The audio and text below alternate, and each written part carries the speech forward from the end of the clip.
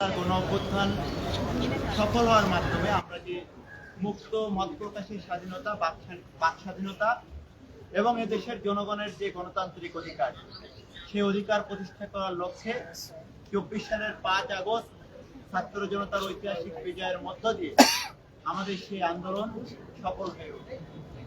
আমরা দেখেছি 5 আগস্ট পরবর্তী সময় থেকে 5 আগস্ট যেদিন ছাত্র জনতার বিজয় অর্জন হয়েছে, ঠিক তার পর মুহূর্ত থেকে উদ্দেশ্য প্রণোদিতভাবে সংঘবদ্ধভাবে বিগত দিনে বাংলাদেশের একমাত্র সব থেকে নিপীড়িত যে ছাত্র সংগঠন, সেই সংগঠনটি বাংলাদেশ জাতীয়তাবাদী ছাত্র দল। শুধু জুলাই আগস্ট গণ অভ্যুত্থানে যে সংগঠনটি 142 জন নেতাকর্মী শহীদ হয়েছে এবং একই সাথে বিগত 15 বছরে এদেশের জনগণের গণতান্ত্রিক অধিকার, বাক স্বাধীনতা, মত প্রকাশের স্বাধীনতা অর্জন করতে গিয়ে এই সংগঠনের শত শত নেতাকর্মী গুম এবং গুম হয়েছিল এবং হাজার হাজার নেতাকর্মী পঙ্গুত্ব বরণ করেছে আজীবন। কিন্তু আমরা দেখলাম 5 আগস্ট পরবর্তী 6 আগস্ট থেকেই এই সংগঠনের নেতাকর্মীদেরকে নিয়ে মিথ্যা প্রোপাগান্ডামূলক এবং সংঘবদ্ধ প্রচারণা শুরু হলো। যে প্রথমে যেটি শুরু হলো সেটি হচ্ছে 0% কন্ট্রিবিউশন, 100% সেলিব্রেশন।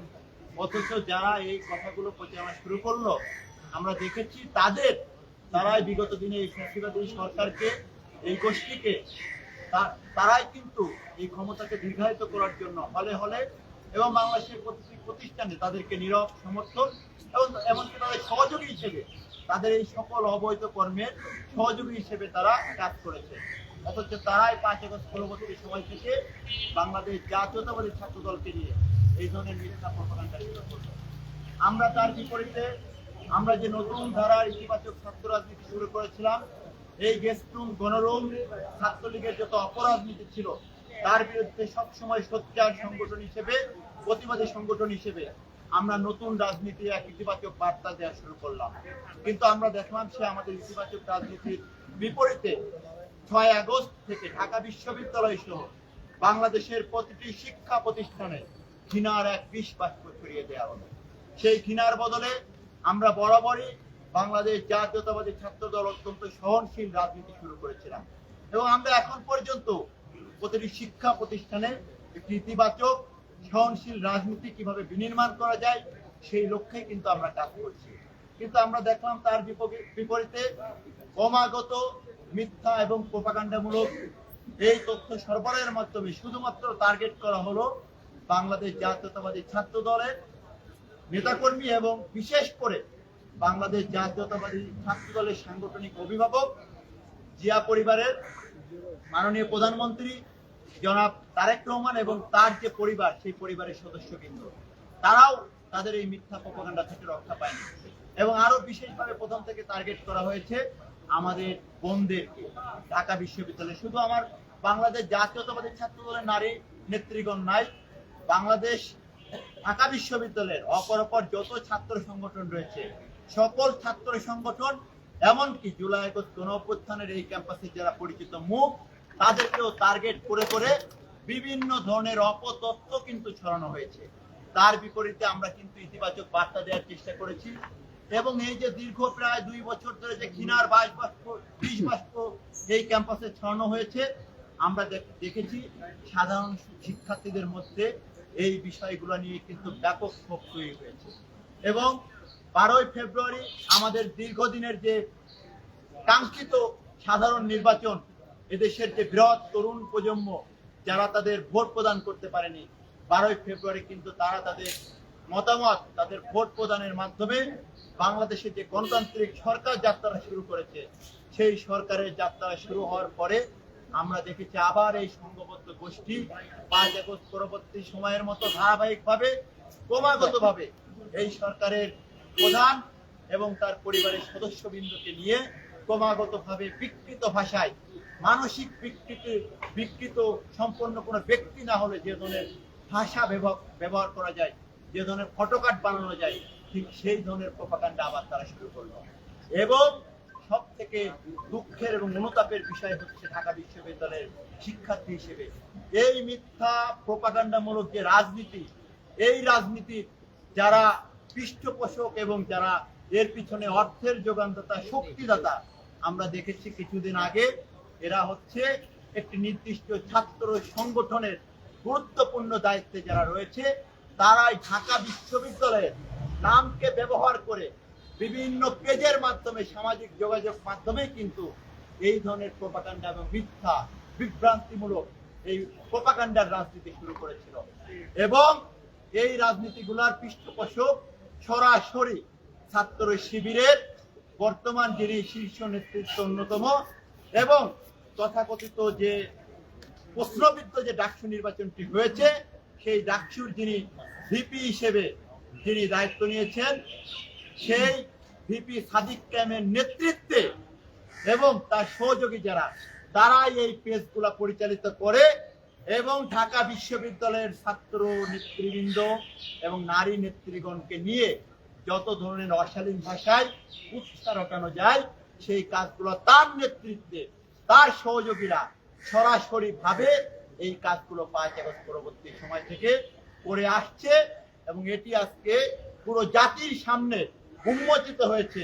এবং এটি উন্মোচিত হওয়ার পরে ঢাকা বিশ্ববিদ্যালয়ের যে সম্মান, যে ইতিহাস, যে ঐতিহ্য, সেটি ব্যাপকভাবে ভুলণ্ঠিত হয়েছে এবং পুরো জাতির সামনে আজকে ঢাকা বিশ্ববিদ্যালয়কে নিয়ে হাসি তামাশায় অন্যান্য বিশ্ববিদ্যালয়, অন্যান্য শিক্ষা প্রতিষ্ঠান এই বিশ্ববিদ্যালয়কে হেয় করার মতো সুযোগ তৈরি করে দিয়েছে এই গোষ্ঠীটি। তার বিরুদ্ধে আজকে আমরা অতীত সময়েও যে প্রশাসন ছিল ঢাকা বিশ্ববিদ্যালয়ে নিয়াজ আহমেদের অধীনে, তার অধীনে যে প্রশাসন ছিল, আমরা নিয়াজ স্যারের কাছেও এর আগে এসেছি, তার কাছে এই বিষয়গুলোর বিরুদ্ধে আমরা সুনির্দিষ্টভাবে লিখিতভাবে আবেদন জানিয়েছিলাম তারা যেন এই ঢাকা বিশ্ববিদ্যালয়ের নামকে ব্যবহার করে যে মিথ্যা প্রোপাগান্ডার রাজনীতি শুরু করেছিল তার বিরুদ্ধে যথাযথ ব্যবস্থা গ্রহণ করে। কিন্তু তারা সেটি ব্যবস্থা গ্রহণ করেনি, ন্যূনতম কর্ণপাত করেনি। ডাকসু নির্বাচনের আগে আমাদের সুনির্দিষ্ট প্রধান দাবি ছিল ঢাকা বিশ্ববিদ্যালয়ের নামকে ব্যবহার করে পেজগুলো যারা পরিচালিত করে সেটিকে যেন বন্ধ করা হয় এবং এটি যারা করবে তাদের বিরুদ্ধে ব্যবস্থা গ্রহণ করে, কিন্তু তারা তখন সেটি করেনি। আবার নতুন প্রশাসনের দায়িত্ব গ্রহণ করেছে। আমরা দেখেছি আজকে ঢাকা বিশ্ববিদ্যালয়ে যে উত্তপ্ত পরিস্থিতি তৈরি হয়েছে শুধুমাত্র এই গোষ্ঠীটির এই ধরনের প্রোপাগান্ডামূলক মিথ্যা রাজনীতির কারণে শিক্ষা প্রতিষ্ঠানগুলো আজকে পুনরায় উত্তপ্ত হয়ে উঠেছে এবং এর পিছনে সব থেকে বড় ভূমিকা পালন করছে এই গুপ্ত রাজনীতি, যে গুপ্ত রাজনীতির কারণে আজকে পুরো শিক্ষা প্রতিষ্ঠান উত্তপ্ত হয়ে উঠেছে। আমরা মনে করি এই মিথ্যা প্রোপাগান্ডামূলক এই ফটোকার্ডের রাজনীতি এবং মিথ্যাচারের রাজনীতি যদি বন্ধ না হয়, তাহলে বাংলাদেশের শিক্ষা প্রতিষ্ঠানগুলোতে, শিক্ষাঙ্গনে শান্তি ফিরে আসবে না। এই জন্য আমরা আমাদের মাননীয় ভিসি মহোদয়ের কাছে আবেদন করেছি যে ঢাকা বিশ্ববিদ্যালয়ের নামকে ব্যবহার করে যে পেজগুলো ব্যবহার করা হচ্ছে সেইগুলোর বিরুদ্ধে আইন আনুক এবং প্রশাসনিক ব্যবস্থা গ্রহণ করা এবং এটির সাথে যারা জড়িত সাদিক কায়েম সহ তার যারা সহযোগী, তাদের বিরুদ্ধে বিশ্ববিদ্যালয়ের প্রশাসনিক এবং আইনানুগ ব্যবস্থা আগামী 48 ঘন্টার মধ্যে গ্রহণ করতে হবে। অন্যথায় ঢাকা বিশ্ববিদ্যালয়ে শিক্ষার শান্তি, শৃঙ্খলা এবং সুস্থ পরিবেশ ফিরিয়ে আনার জন্য বাংলাদেশ জাতীয়তাবাদী ছাত্রদল ঢাকা বিশ্ববিদ্যালয় সাধারণ শিক্ষার্থীদেরকে সাথে নিয়ে শিক্ষাঙ্গনে সুস্থ পরিবেশ নিশ্চিত করার জন্য ঐক্যবদ্ধভাবে আন্দোলন করে চলছে। আমরা এই বার্তাকেই আজকে আমাদের ঢাকা বিশ্ববিদ্যালয় প্রশাসনের নিকট বাংলাদেশ জাতীয়তাবাদী ছাত্রদল ঢাকা বিশ্ববিদ্যালয়ের পক্ষ থেকে সুস্পষ্টভাবে এই দাবিগুলো জানিয়ে এসেছে। এ পর্যায়ে আমাদের মাঝে আজকের এই আমাদের যে প্রশাসনের সাথে মিটিং, সেখানে উপস্থিত ছিলেন বাংলাদেশের জাতীয়তাবাদী ছাত্রদল ঢাকা বিশ্ববিদ্যালয়ের সংগ্রামী সভাপতি গণেশচন্দ্র রায় সাহস, সিনিয়র সহসভাপতি মাসুম বিল্লাহ, সহসভাপতি আনিসুর রহমান খন্দকার অনেক, সিনিয়র যুগ্ম সাধারণ সম্পাদক নাসিরউদ্দিন শাওন, সাংগঠনিক সম্পাদক ইমন সহ আমাদের শীর্ষ নেতৃবৃন্দ, অন্যান্য শীর্ষ নেতৃবৃন্দ। এ পর্যায়ে আপনাদের মাঝে কথা বলবেন বাংলাদেশ জাতীয়তাবাদী ছাত্রদল ঢাকা বিশ্ববিদ্যালয়ের সংগ্রামী সভাপতি গণেশচন্দ্র রায় সাহস।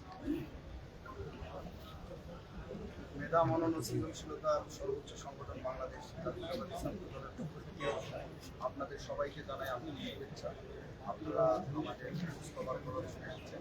আপনারা ইতিমধ্যে জেনেছেন আমরা বাংলাদেশ জাতীয়তাবাদী ছাত্র দল বিশ্ববিদ্যালয় ক্যাম্পাসের স্বাভাবিক পরিস্থিতি শিক্ষার্থী বান্ধব করার নিমিত্তে আমরা ইতিমধ্যে আমাদের মাননীয় ভিসি মহোদয় বরাবর একটি অনুরোধ করেছি বা নিজের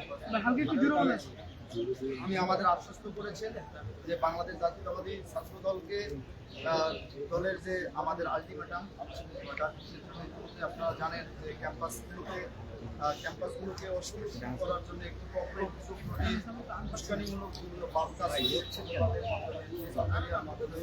ক্যাম্পাসগুলোকে চায় সেই বিষয়গুলো আমরা ইতিমধ্যেই আপনাদের মাধ্যমে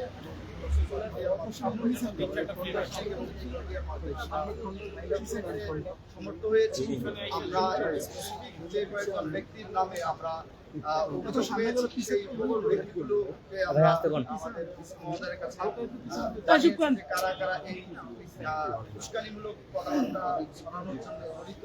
আপনারা জানেন বাংলাদেশ জাতীয়তাবাদী ছাত্র দল মেধা মনন সৃজনশীলতার সর্বোচ্চ চর্চা করে আজকের এই জায়গায় দাঁড়িয়েছে এবং 5 আগস্ট পরবর্তী একটি সরকার আমরা দেখেছি এবং 5 আগস্ট পূর্ববর্তী একটি সরকার ছিল।